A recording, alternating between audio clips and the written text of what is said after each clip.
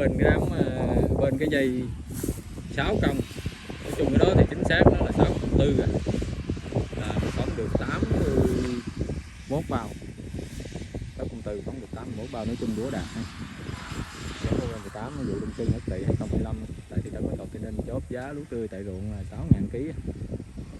Nghe nói nay lấy cọc này 4-5 ngày nay lên được 62 rồi đó, nên có lúa bán thì lên đòi giá tới 62 ha. Còn mình chốt giá người ta lấy cọc người ta rồi thì sao, tính như vậy đó.